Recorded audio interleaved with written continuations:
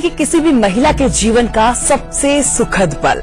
नमस्कार, इसी पर हमारी खास पेशकश आप देख रहे हैं। आपके साथ मैं हूं कंचन डोगरा। और किसी भी परिवार के लिए सबसे अहम और सुखद पल वो होता है जब उसके घर के आंगन में नन्हे बच्चे की किलकारी गूंजती है। पर कई बार कुछ महिलाओं में कुछ कारणवश इस तरह की खुशी उनके नसीब में नहीं आ पाती है। पर अब निराश होने की जरूरत नहीं है, क्योंकि आईवीएफ टेस्ट ट्यूब बेबी तकनीक के जरिए आप इस सुख को पा सकती हैं। आप भी मां बन सकती हैं। और इसी पर यानी कि आईवीएफ और निसंतानता आईवीएफ तकनीक के बारे में बिल्कुल बारीक में जानकारी आप तक पहुंचाने के लिए मेरे साथ स्टूडियो में इस समय बहुत ही खास मेहमान मौजूद हैं। एक एक करके उनका परिचय आप तक करवा देती हूं। डॉक्टर नितिश मोडिया हमारे साथ हैं, जो कि चीफ एम्ब्रियोलॉजिस्ट हैं, इंदिरा आईवीएफ उदयपुर। डॉक्टर राम्या मिश्रा हमारे साथ हैं, आईवीएफ स्पेशलिस्ट है, इंदिरा आईवीएफ कानपुर से हैं। डॉक्टर नवीना सिंह हमारे साथ हैं, आईवीएफ स्पेशलिस्ट है, ये भी इंदिरा आईवीएफ मुंबई से। आप तीनों मेहमानों का बहुत बहुत स्वागत है हमारी इस खास पेशकश में। और तमाम वो कॉलर्स जो हमारे नंबर इस समय अपने टेलीविजन स्क्रीन पर देख रहे हैं, कॉल करिए हमें और अपने किसी भी सवाल का जवाब हमारे इन एक्सपर्ट से आप ले सकते हैं। सबसे पहले डॉक्टर नितिश, मैं आपके पास आना चाहूंगी और आपसे जानना चाहूंगी कि आईवीएफ तकनीक जो है वो अपने आप में बहुत बड़ा आविष्कार है, लेकिन मैं और मेरे तमाम दर्शक ये जानना चाहते हैं कि आविष्कार आखिर हुआ क्यों है और कैसे किया गया है। इसका चलन बहुत बढ़ गया है। आखिर क्या इतनी जरूरत पड़ी कि इस तकनीक को मेडिकल में लाया गया? आईवीएफ जो तकनीक है जिसका आविष्कार 1978 में हुआ था, वो इस चीज को ध्यान में रखे हुआ था कि जिन महिलाओं की जो ट्यूब्स हैं वो जब बंद हुआ करती थी तो उनके पास कोई ऑप्शन अवेलेबल नहीं था सिवाय कि लेप्रोस्कोपी या दूरबीन की ऑपरेशन करवाने के अलावा। और काफी समय दूरबीन का ऑपरेशन कराने के बावजूद भी वो महिलाएं कंसीव नहीं कर पाती थी, और इस वजह से आईवीएफ तकनीक का आविष्कार हुआ। उससे पहले कि हम ये जाने आईवीएफ तकनीक क्या होती है, पहले ये जान लेते हैं कि नेचुरली बच्चा कैसे कंसीव होता है। तो नेचुरली औरत के अंडाशय से एक अंडा जो है वो ट्यूब के अंदर आ जाता है, वहीं पर उस अंडे का शुक्राणु से मिलन होता है और एक भ्रूण की उत्पत्ति होती है। 3 से 4 दिन में ये जो भ्रूण है वो गर्भाशय तक आके गर्भाशय में चिपक जाता है और 9 महीने यहाँ पर पलता बढ़ता है और डिलीवरी के जरिए ये बाहर निकल जाता है।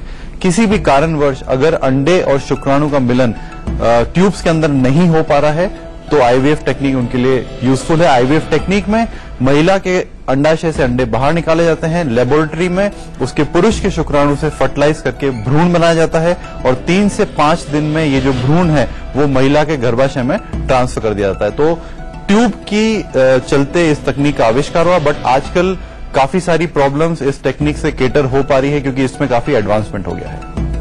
जी, तो ये माना जाएगा कि अपने आप में बहुत बड़ा आविष्कार है जिसने अब तक दुनिया भर में कई निसंतान महिलाओं को मां बनाया है, मां बनने का सुख प्रदान किया है। डॉक्टर राम्या, पिछले कुछ सालों से देश में जो इनफर्टिलिटी का जो लेवल है, समस्या है, वो काफी बढ़ती चली गई है। इसके बढ़ने के पीछे के आपको कारण क्या लगते हैं? देखिए, पिछले कई सालों से इनफर्टिलिटी की समस्या वाकई बहुत ज्यादा बढ़ चुकी है। इसका जो मेन रीजन है वो है हमारा आजकल का लाइफस्टाइल। हमारा आजकल का लाइफस्टाइल जो है, खाने पीने का जो तरीका है उसमें पेस्टिसाइड्स का यूज और जो भी हमारी रहने सहने के तरीके होते हैं, इसकी वजह से बहुत ज्यादा इसके ऊपर प्रॉब्लम्स आ रही हैं इनफर्टिलिटी की। इसके अलावा जो सबसे इम्पोर्टेंट फैक्टर आजकल हम लोग देखते हैं, लेट मैरिजेस। जैसे लेडीज आजकल बहुत करियर ओरिएंटेड हो चुकी हैं। शादी की जो पहले उम्र हुआ करती थी 20 से 25 साल के बीच में होती थी, आज वो हमारी उम्र बढ़ करके 25 से 30 के बीच में आ चुकी है, जिसकी वजह से जैसे कि हम लोगों ने पहले भी देखा हुआ है कि उम्र के साथ में महिलाओं की जो क्षमता होती है, प्रजनन क्षमता होती है, ये कम हो जाती है। इसका बहुत बड़ा प्रभाव हमारे इनफर्टिलिटी के ऊपर पड़ रहा है। इसके अलावा आजकल हम लोग देखते हैं स्ट्रेस लेवल, जो हमारा लाइफस्टाइल है, इसकी वजह से हम सुबह जॉब पे जाते हैं, शाम को लेट आ रहे हैं, स्ट्रेस लेवल बहुत ज्यादा बढ़ चुका है। पोल्यूशन एक बहुत बड़ा रीजन है आजकल इनफर्टिलिटी की समस्या की। जी, डॉक्टर नवीना, कई महिलाओं में अधिक उम्र के कारण पीरियड्स बंद हो जाते हैं, और क्या ऐसी महिलाएं मां बन सकती हैं आपके हिसाब से? जी बिल्कुल, ऐसी महिलाएं बिल्कुल मां बन सकती हैं और मेनोपॉज एक बहुत ही नॉर्मल प्रक्रिया है। लेकिन इसके पहले हमें ये जानना बहुत जरूरी है कि एक महिला और पुरुष में एक बहुत मेजर डिफरेंस होता है। एक पुरुष अगर नॉर्मल है तो वो चाहे जितने भी उम्र का हो जाए, उनके अंडकोश में शुक्राणु लगातार बनते रहते हैं और इनके वीर्य के सैंपल में हमें दिखाई देते हैं। लेकिन हर महिला जन्म से ही एक फिक्स्ड और निर्धारित अंडों के साथ जन्म लेती है। जन्म के समय ये अंडों की संख्या अंदाजन 3 लाख के करीब होती है, लेकिन आश्चर्य की बात यह है कि सिर्फ 300 से 500 अंडे जो होते हैं ये एक महिला के पूरे प्रजनन जीवन यानी कि उसकी पूरी रिप्रोडक्टिव लाइफ में इस्तेमाल होते हैं। तो जैसे जैसे महिला की उम्र बढ़ती है ये अंडों की संख्या में गिरावट शुरू हो जाती है। 30 से 32 साल की उम्र में ये अंडों में गिरावट शुरू होती है। महिला जब 35 इयर्स की होती है तो ये जो गिरावट है ना सिर्फ संख्या में होती है, उन अंडों की क्वालिटी में भी होती है। और 45 और 50 की उम्र में ये अंडों की जो गिरावट है ये पूरी तरह से हो जाती है और महिला को माहवारी आनी बंद हो जाती है। इस पूरी प्रक्रिया को मेनोपॉज कहते हैं। लेकिन कुछ महिलाएं होती हैं जिन्हें जन्म से ही कम अंडे निर्धारित होते, तो ऑब्वियसली इनके अंडों की जो गिरावट है वो समय से बहुत पहले ही शुरू हो जाती है। 40 इयर्स के उम्र के पहले इन महिलाओं को माहवारी आनी बंद हो जाती है। इस कंडीशन को हम प्री मैच्योर ओवेरियन फेलियर या प्री मैच्योर मेनोपॉज कहते हैं। तो ऐसी महिलाओं को जिनको समय से ही पहले माहवारी बंद हो जाती है तो इनमें हार्मोन का अभाव होता है, यानी कि हार्मोन कम होते हैं, जिसकी वजह से इनकी जो बच्चेदानी है वो नॉर्मल बच्चेदानी की अपेक्षा साइज में काफी छोटी होती है। ऐसी महिलाओं को अगर हम 2 से 3 महीने तक हार्मोन रिप्लेसमेंट थेरेपी की गोलियां दें तो इन्हें एक नॉर्मल मेंसेस लाया जा सकता है, इनकी थैली को स्वस्थ किया जा सकता है और डोनर एग के सहायता से इन्हें संतान प्राप्ति कराई जा सकती है। तो हमारी वो महिला दर्शक जो इस समय टेलीविजन देख रही हैं और पीरियड्स जिनको आने बंद हो गए हैं वो निराश ना हो, क्योंकि पीरियड्स ना आने के बाद भी आप IVF इस तकनीक से मां बन सकती है। चलिए हमारे इस प्रोग्राम में पहले कॉलर हमारे साथ जुड़ चुके हैं। हमारे साथ हैं राजेश गोरखपुर से। राजेश, अपना सवाल पूछिए। मैम, मैं डॉक्टर साहब से पूछना चाहता हूँ कि हमें बच्चा नेचुरली कंसीव नहीं हुआ, हमने 3 बार IUI करवाया लेकिन कोई फायदा नहीं हुआ, तो हमें अब क्या करना चाहिए मैम? देखिए, IUI जो टेक्निक है राजेश जी वो आजकल काफी कॉमन हो गई है। मतलब किसी भी निसंतान दंपति को कंसीव नहीं हो रहा है और अगर वो डॉक्टर के पास जाते हैं तो डॉक्टर बोलते हैं कि चलो एक बार IUI ट्राई कर लेते हैं, कोशिश करके देख लेते हैं, जो कि बहुत गलत है। IUI टेक्निक में आपको एक सिंपल शब्दों में बताऊं क्यों आविष्कार हुआ था।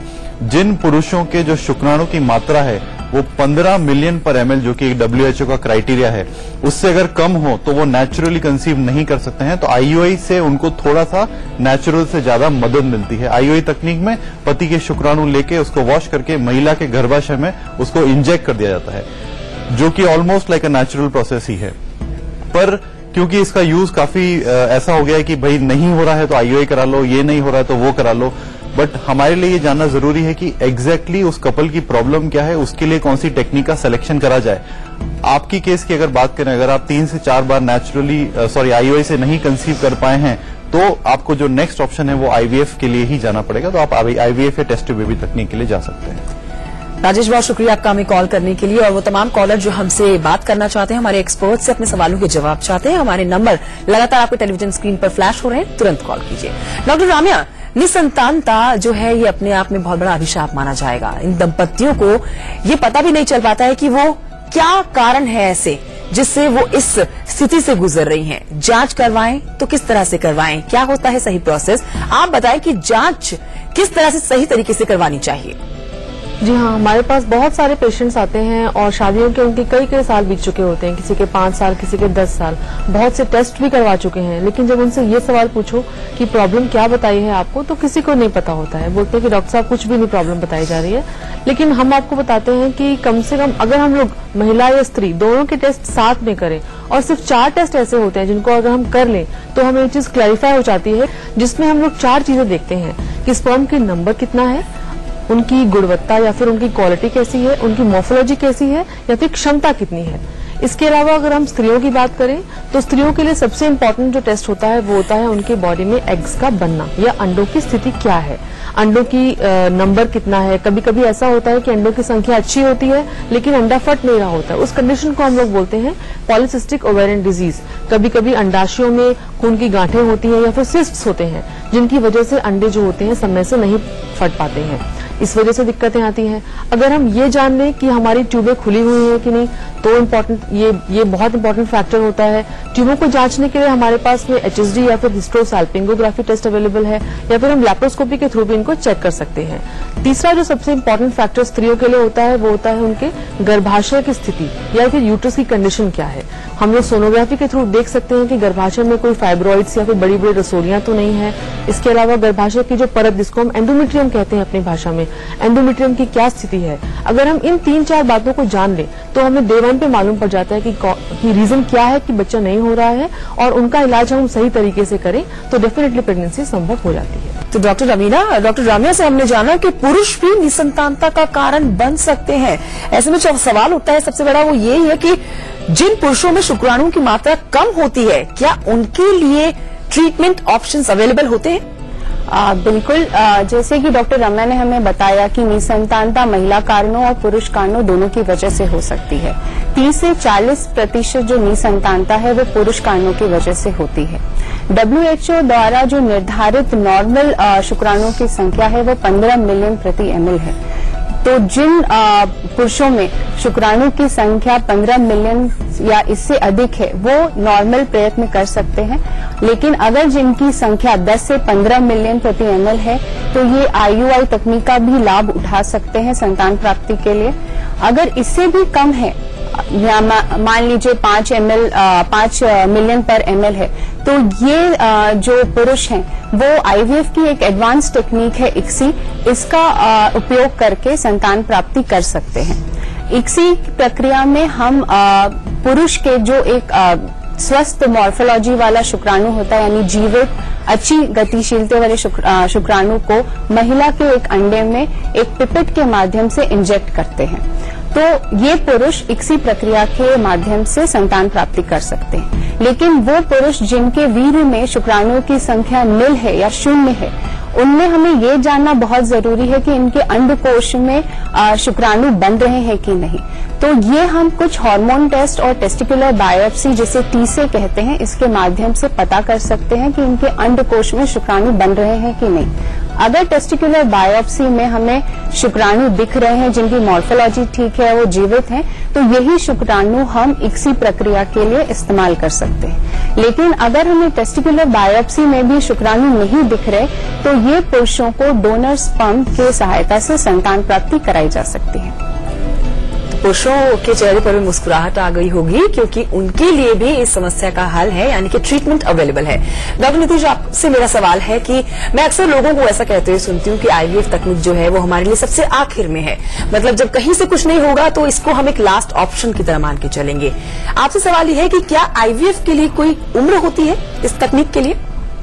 देखिए, जैसे कि डॉक्टर रामिया ने बताया कि जो इनफर्टिलिटी की प्रॉब्लम है वो काफी बढ़ गई है, जो कि आज से करीबन 1 डिकेड पहले जो 10% हुआ करती थी, आज के डेट में वो करीबन 13 से 14% हो गई। मतलब हर 8 परिवार में से 1 परिवार नॉर्मल कंसीव नहीं कर पाता है, उसको प्रॉब्लम आती है कंसीव करने में। जहां तक IVF की एज की बात करी जाए, वे महिलाएं जिनकी एज 23 साल से 50 साल तक की उम्र की जो महिलाएं हैं वो IVF टेक्निक के लिए जा सकती हैं। दूसरा, ये काफी कॉमन हमको सुनने को मिलता है कपल से कि सब तरह के स्टैंडर्ड ट्रीटमेंट करा लिया और कंसीव नहीं हो रहा है, तो वो सोचते हैं कि IVF एक लास्ट ऑप्शन है कि भाई कुछ नहीं हुआ तो IVF से तो कंसीव हो ही जाएगा। बट जैसे कि सबको पता है कि औरत की जो उम्र है वो बहुत इंपॉर्टेंट है, क्योंकि औरत की उम्र के साथ उसके अंडे की जो क्वालिटी है और जो क्वांटिटी है वो डिग्रेड हो जाती है। अब मान लीजिए किसी महिला को 25 साल की उम्र में ये पता चला कि मुझे इनफर्टिलिटी है और वो गलत ट्रीटमेंट में चली गई और उसकी मान लीजिए उम्र 35, 36 या 37 साल हो गई, उस समय हो सकता है कि उसको IVF टेक्निक से भी कंसीव करने में दिक्कत आए। तो हमारी हर पेशेंट को या हर मरीज को यही सलाह होती है कि अगर आप 2 से 3 साल स्टैंडर्ड ट्रीटमेंट करा चुके हैं और कंसीव नहीं कर पा रहे हैं, तो IVF एक बेहतर विकल्प है, जिसकी प्रेगनेंसी या जो सक्सेस रेट्स है वो वर्ल्ड में सबसे हाईएस्ट है। तो आप बेझिझक होकर बिना समय बर्बाद करे IVF प्रक्रिया के लिए जा सकते हैं। तो IVF तकनीक को लास्ट ऑप्शन ना माने, सबसे बेस्ट ऑप्शन मान के ही आगे चले। हमारे साथ दिल्ली से रिचा जुड़ गए, हमारी कॉलर। रिचा, अपना सवाल पूछिए। मैम मैं ये जानना चाहती हूँ कि मैंने सुना है आईवीएफ में बच्चे मशीन में बनते हैं और ये नॉर्मल बच्चों से थोड़े अलग होते हैं, क्या ऐसा सही में होता है? जी हाँ ऋचा जी, आपने बहुत ही इम्पोर्टेंट क्वेश्चन पूछा है हमसे, क्योंकि ये बहुत बड़ा मिसकंसेप्शन या फिर मिथ है सोसाइटी के अंदर कि जो आईवीएफ या टेस्ट ट्यूब बेबी वाले जो बच्चे होते हैं ये पूरी प्रक्रिया है बच्चे बनाने की। उसके बाद में हम जब 5वें दिन या तीसरे दिन भ्रूण को हम लोग गर्भाशय में प्रत्यारोपित कर देते हैं, इसके बाद की जो पूरी प्रक्रिया होती है ये बिल्कुल नेचुरल तरीके से होती है। जो दुनिया की पहली टेस्ट ट्यूब बेबी थी जिसका कि हमने बताया था लुइस ब्राउन, या भारत की जो फर्स्ट टेस्ट ट्यूब बेबी थी हर्षा चावला, इनको भी आज नेचुरल बच्चे हो चुके हैं। दुनिया भर में लगभग 50 लाख बच्चे आज आईवीएफ के थ्रू हो चुके हैं। तो ये सब चीजें ये इंडिकेट करती हैं कि ये बच्चे भी पूरी तरीके से नॉर्मल हैं। और आईवीएफ के जो बच्चे होते हैं, इनफैक्ट जो पेशेंट्स हमारे पास में आते हैं वो भी हमें ये बताते हैं कि वो बच्चे जो उनके हैं वो नॉर्मल बच्चों से ज्यादा एक्टिव हैं। तो एक तरीके से बहुत ही सेफ टेक्निक है ये। और पहले जो हम लोग ये सोचा करते थे कि पता नहीं ये बच्चे कैसे होंगे, हम और आपकी तरह नॉर्मल होंगे कि नहीं, ये बच्चे पूरी तरीके से नॉर्मल ही होते हैं।